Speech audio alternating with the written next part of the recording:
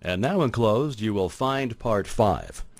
After studying this part carefully, you will see that every conceivable force or object or fact is the result of mind in action. Mind in action is thought, and thought is creative. Men are thinking now as they have never thought before. Therefore, this is a creative stage, and the world is awarding its richest prizes to the thinkers.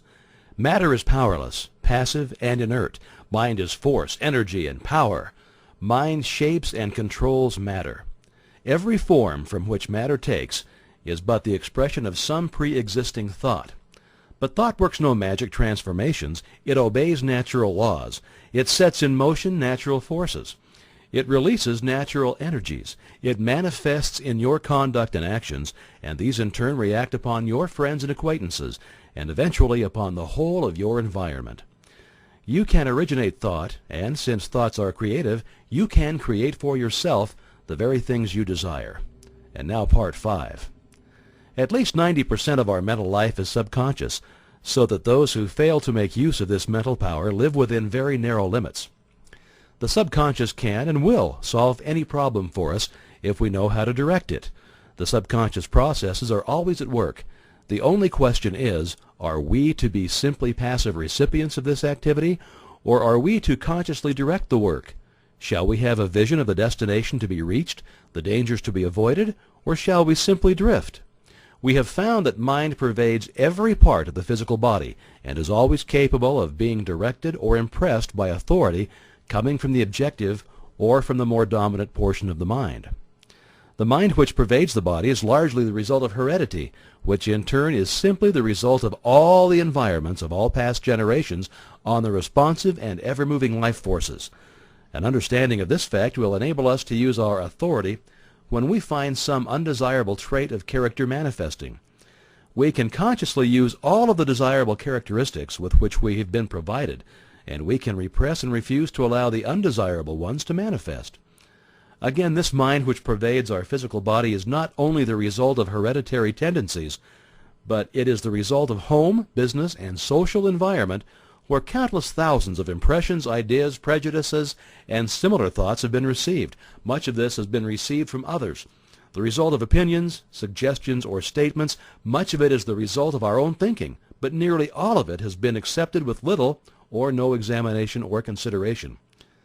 The idea seemed plausible. The conscious received it, passed it on to the subconscious, where it was taken up by the sympathetic system and passed on to be built into our physical body. The Word has become flesh. This then is the way we are consistently creating and recreating ourselves. We are today the result of our past thinking, and we shall be what we're thinking today. The law of attraction is bringing to us not the things we should like or the things we wish for, or even the things someone else has, but it brings us our own, the things which we have created by our thought processes, whether consciously or unconsciously. Unfortunately, many of us are creating these things unconsciously. Now, if either of us were building a home for ourselves, how careful would we be in regard to the plans? How would we study every detail? How we should watch the material and select only the best of everything, and yet how careless we are when it comes to building our mental home, which is infinitely more important than any physical home, as everything which can possibly enter into our lives depends upon the character of the material which enters into the construction of our own mental home. So what is the character of this material? We've seen that it is the result of the impressions which we have accumulated in the past and stored away in our subconscious mentality. If these impressions have been of fear, of worry, of care, or of anxiety, or if they've been despondent, negative, doubtful, well, then the texture of the material which we are weaving today will be of the same negative material. Instead of being any value, it will be mildewed and rotten, and will bring us only more toil and care and anxiety. We shall be forever busy trying to patch it up and make it appear at least genteel. But if we've stored away nothing but courageous thought, if we've been optimistic, positive, and have immediately thrown any kind of negative thought on the scrap pile, have refused to have anything to do with it, have refused to associate with it, or become identified with it in any way, what then is the result? Our mental material is now of the best kind. We can weave any kind of material we want. We can use any color we wish. We know that the texture is firm, that the material is solid, that it will not fade, and we will have no fear, no anxiety concerning the future. There is nothing to cover, there are no patches to hide. These are psychological facts. There is no theory or guesswork about these thinking processes at all. There's nothing secret about them. In fact, they are so plain that everyone can understand them. The thing to do is have a mental house cleaning, and to have this house cleaning every day, and keep the house clean. Mental, moral, and physical cleanliness are absolutely indispensable if we're to make progress of any kind. When this mental house cleaning process has been completed, the material which is left will be suitable for the making of the kind of ideals or mental images which we desire to realize. There is fine estates awaiting a claimant. Its broad acres with abundant crops, running water, and fine timber stretch away as far as the eye can see. There is a mansion, spacious and cheerful, with rare pictures, a well-stocked library, rich hangings, and every comfort and luxury. All the heir has to do is assert his heirship, take possession, and use the property. He must use it. He must not let it decay, for use is the condition on which he holds it. To neglect it is to lose possession. In the domain of mind and spirit, in the domain of practical power, such an estate is yours. You are the heir. You can assert your heirship and possess and use this rich inheritance. Power over circumstances is one of its fruits. Health, harmony, and prosperity are assets upon its balance sheet. It offers you poise and peace. It costs you only the labor of studying and harvesting its great resources. It demands no sacrifice except the loss of your limitations, your servitudes, your weakness. It clothes you with self-honor and puts a scepter in your hands. To gain this estate, 3 processes are necessary. First, you must earnestly desire it. Second, you must assert your claim. And third, you must take possession. You admit that those are not burdensome conditions. You're familiar with the subject of heredity. Darwin, Huxley, Haeckel, and other physical scientists have piled evidence mountain high that heredity is a law attending progressive creation.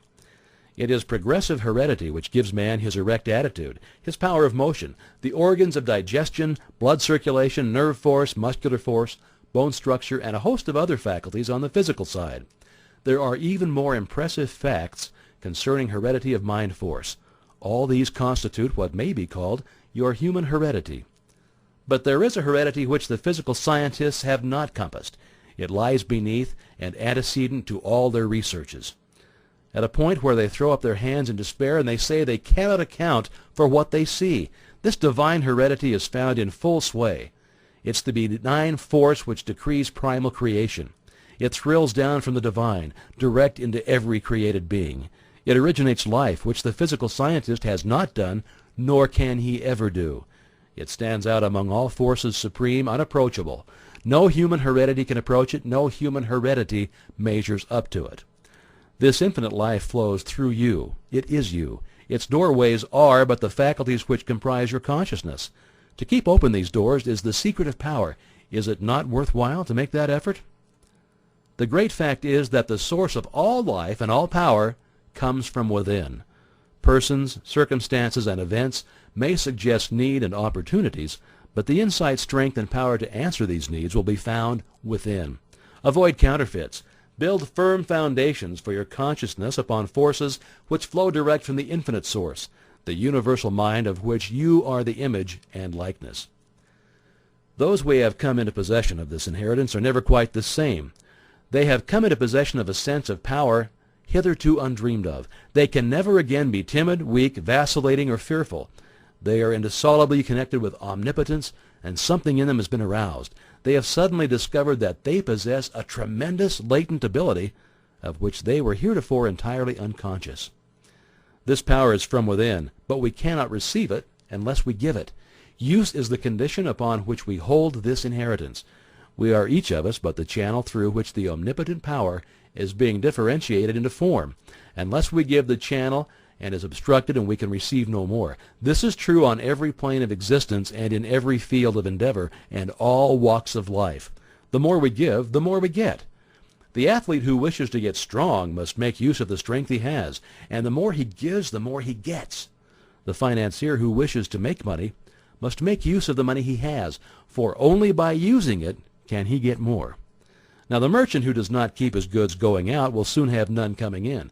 The corporation which fails to give efficient service will soon lack customers. The attorney who fails to get results will soon lack clients, And so it goes everywhere. Power is contingent upon a proper use of the power already in our possession. What is true in every field of endeavor, every experience in life, is true of the power from which every other power known among men is begotten, spiritual power. Take away the Spirit, and what is left? Nothing. If then the Spirit is all there is, upon the recognition of this fact must depend the ability to demonstrate all power, whether physical, mental, or spiritual.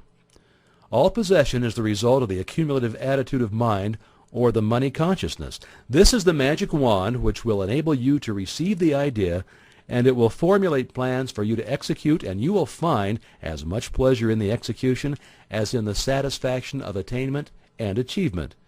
Now go to your room, take the same seat, the same position as heretofore, and mentally select a place which has pleasant associations. Make a complete mental picture of it. See the buildings, the grounds, the trees, see your friends, associations, everything complete.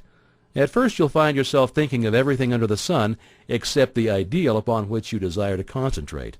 But don't let that discourage you. Persistence will win, but persistence requires that you practice these exercises every day without fail.